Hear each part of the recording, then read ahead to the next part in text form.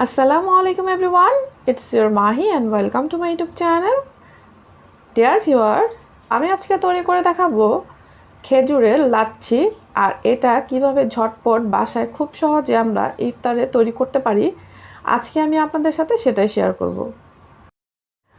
আর এই খেজুরের লাচ্ছি আমরা সব সময় তৈরি করে খেতে পারি। এই গরমে মন আর প্রাণ কলিজা ঠান্ডা করার মতো এই খেজুরের লাচ্ছি তৈরি করে যদি আমরা খাই তাহলে অবশ্যই আমাদের সারা দিনের ক্লান্তি দূর হবে আর আমাদের অনেক রিফ্রেশ রাখবে।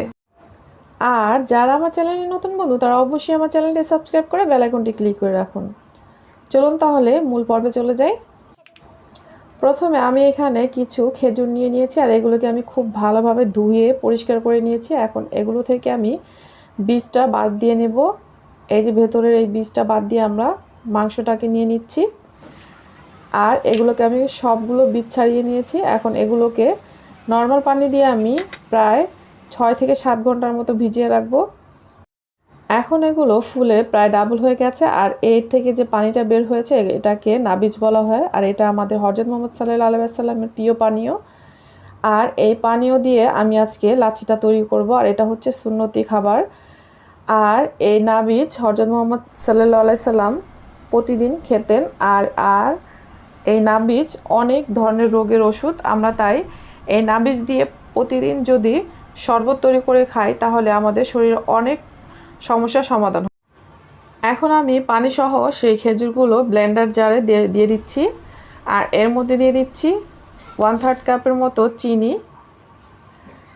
আর দিয়ে দিচ্ছি 1/2 কাপের মতো মিষ্টি দই। এখন দিয়ে দিব 1/2 কাপের মতো দুধ আর দিয়ে দিচ্ছি কিছু আইস কিউব। অবশ্যই প্রথম অবস্থাতে অল্প দুধ দিয়ে ব্লেন্ড করব। খুব ভালোভাবে ব্লেন্ড করার পর খেজুরগুলো যখন গুঁড়ো হয়ে যাবে তখন আমি আবারও দুধ মিশিয়ে নেব। খুব ভালোভাবে ব্লেন্ড করে নিচ্ছি। দেখুন কতটা সুন্দরভাবে ব্লেন্ড করা হয়ে গেছে আর সব কিছু কতটা সুন্দরভাবে আর পারফেক্টভাবে হয়েছে আর ঘনত্বটাও অনেক বেশি। এখন দিয়ে দিচ্ছি আবারও প্রায় 2 কাপের মতো দুধ। এখন আমি আবারও ভালো করে ব্লেন্ড করে নিচ্ছি। এই তো ব্লেন্ড করা হয়ে গেছে। এখন তৈরি হয়ে গেছে খুব সুন্দরভাবে লাচ্ছি, খেজুরের লাচ্ছি। এখন আমি কিছু আইস কিউব দিয়ে পরিবেশন করে দেখাচ্ছি এই এত মজাদার আর সুস্বাদু কলিজা ঠান্ডা করার মতো খেজুরের লাচ্ছি। আপনারা অবশ্যই বাসায় ট্রাই করবেন আর খাবেন। আপনাদের সারাদিনের ক্লান্তি দূর হবে আর এটা অনেক ধরনের রোগের ওষুধও, আপনাদের কোষ্ঠকাঠিন্য আরও অনেক ধরনের রোগের ওষুধ। আর এটা আপনারা অবশ্যই ইফতার বা সেহরিতে তৈরি করে খাবেন। ভিউয়ার্স, এটা তৈরি করতে খুবই কম সময় লাগে আর খুবই ঝটপট তৈরি হয়। আমার এই রেসিপিটা যদি আপনাদের কাছে ভালো লেগে থাকে তাহলে অবশ্যই লাইক, কমেন্ট, শেয়ার করতে ভুলবেন না আর আমার চ্যানেলটি সাবস্ক্রাইব করে আমার পাশে থাকবেন।